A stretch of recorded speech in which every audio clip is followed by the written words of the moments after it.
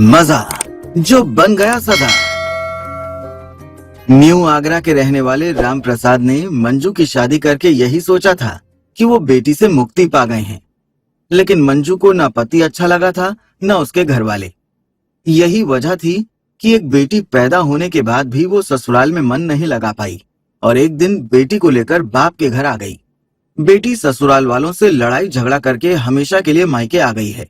ये बात न तो रामप्रसाद को अच्छी लगी थी और न ही उनकी पत्नी को।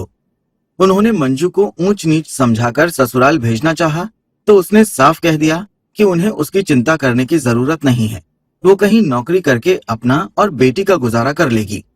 मंजू ने ये बात कही ही नहीं बल्कि कोशिश करके नौकरी कर भी ली। उसे एक कंपनी में चपरासी की नौकरी मिल गई थी। इसके बाद वो निश्चिंत हो गई क्योंकि उसे वहां से गुजारे लायक वेतन मिल जाता था। रहने के लिए पिता का घर था ही।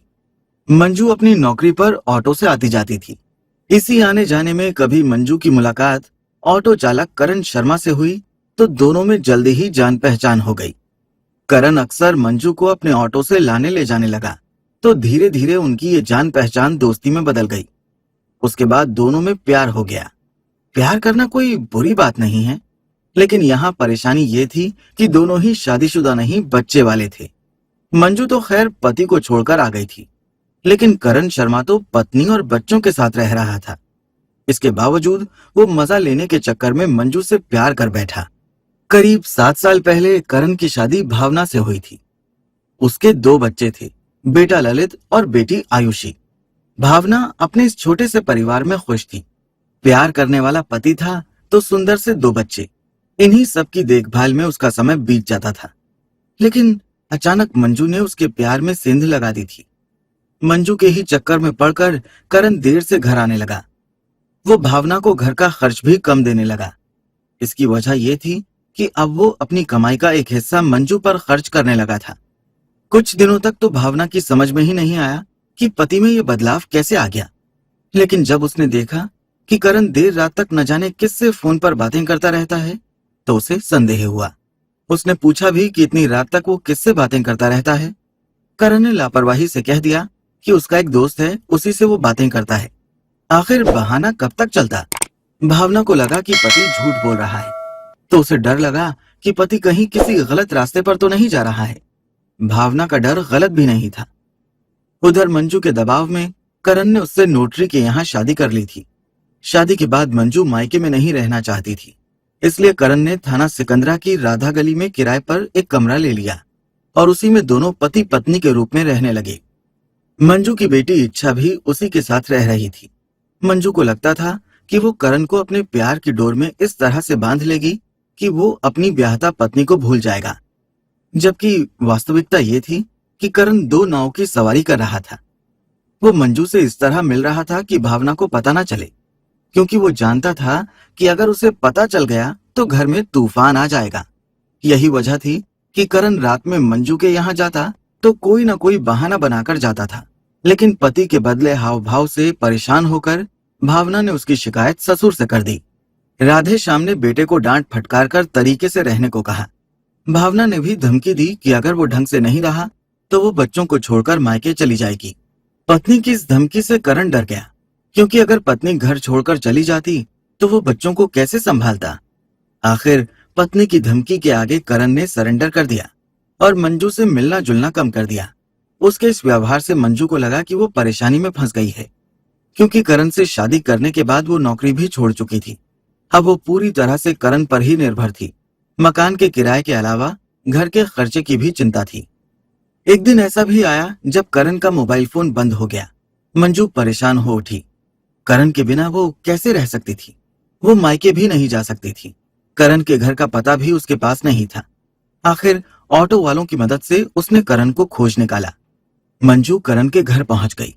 उसने करण को साथ चलने को कहा तो भावना भड़क उठी। मंजू को भला बुरा कहते हुए भावना ने कहा कि करण उसे छोड़कर कैसे जा सकता है। उसने उससे ब्याह किया है, उससे उसके 2 बच्चे हैं। मंजू और भावना में लड़ाई होने लगी।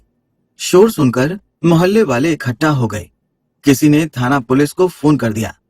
सूचना पाकर थाना सिकंदरा के थाना प्रभारी ब्रजेश पांडे करण के घर पहुंच गए। वो करण, मंजू और भावना को थाने ले आए।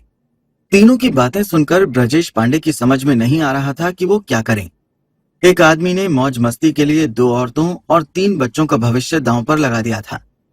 करण को न मंजू छोड़ रही थी और न ही भावना। छोड़ती भी कैसे? दोनों का भविष्य अब उसी पर टिका था।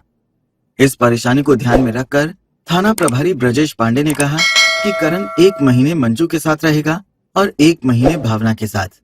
जब तक वो जिसके साथ रहेगा उसकी कमाई पर उसी का हक होगा। मंजू को यह समझौता कतई मंजूर नहीं था, क्योंकि उसका रिश्ता तो रेत की दीवार की तरह था जो कभी भी ढह सकती थी।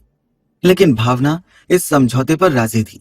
मंजू ने इस समझौते का विरोध करते हुए कहा कि एक दिन करण उसके साथ रहेगा और एक दिन भावना के साथ। हालांकि इस समझौते का कोई कानूनी मूल्य नहीं था। फिर भी ब्रजेश पांडे ने एक कागज पर लिखवाकर दोनों औरतों और करण के दस्तखत करवा लिए। इस समझौते से जहां मंजू ने राहत की सांस ली, वहीं भावना को मजबूरी में सौतन के लिए अपने पति का बंटवारा करना पड़ा।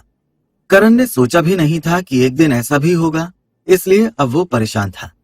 उसे अपनी गलती का एहसास हो रहा था, लेकिन उसने जो गलती की थी अब उसका खामियाजा तो उसे भुगतना ही था। थाना प्रभारी ने जो समझौता कराया था, करण के घर वालों ने उसका सख्ती से विरोध किया। जब इस समझौते की खबर अखबारों में छपी तो सभी हैरान थे कि एक पुलिस अधिकारी ने ऐसा समझौता कैसे करा दिया। बात उच्च अधिकारियों तक पहुंची तो कोई बवाल होता उसके पहले ही इंस्पेक्टर ब्रजेश पांडे का तबादला कर दिया गया। कुछ भी हो, मंजू को लग रहा था कि उसकी अपनी गृहस्थी बस गई है। करण अब एक दिन उसके साथ रहता है तो अगले दिन भावना के साथ। उस दिन वो जो कमाता उसे देता है जिसके साथ रहता है, लेकिन करण का लगाव भावना और अपने बच्चों के प्रति अधिक था, इसलिए अब वो मंजू पर उतना ध्यान नहीं देता जितना देना चाहिए। इससे आए दिन उसका मंजू से झगड़ा होता रहता है। करण ने जो गलती की है अब वो उसका खामियाजा भोग रहा है। उसे भी कहां सुख मिल रहा है। कभी वो मंजू की ओर भागता है तो कभी भावना की ओर। परेशानी की बात तो ये है कि अभी इस समझौते को हुए ज्यादा दिन नहीं हुए हैं, खींचतान शुरू हो गई है। आगे क्या होगा कौन जानता है। आखिर एक आदमी की गलती से 2 औरतों और 3 बच्चों का भविष्य खतरे में पड़ गया है। उसका भी क्या होगा, ये किसी की समझ में नहीं आ रहा है। ये समझौता भी कितने दिनों तक चलेगा कुछ कहा नहीं जा सकता।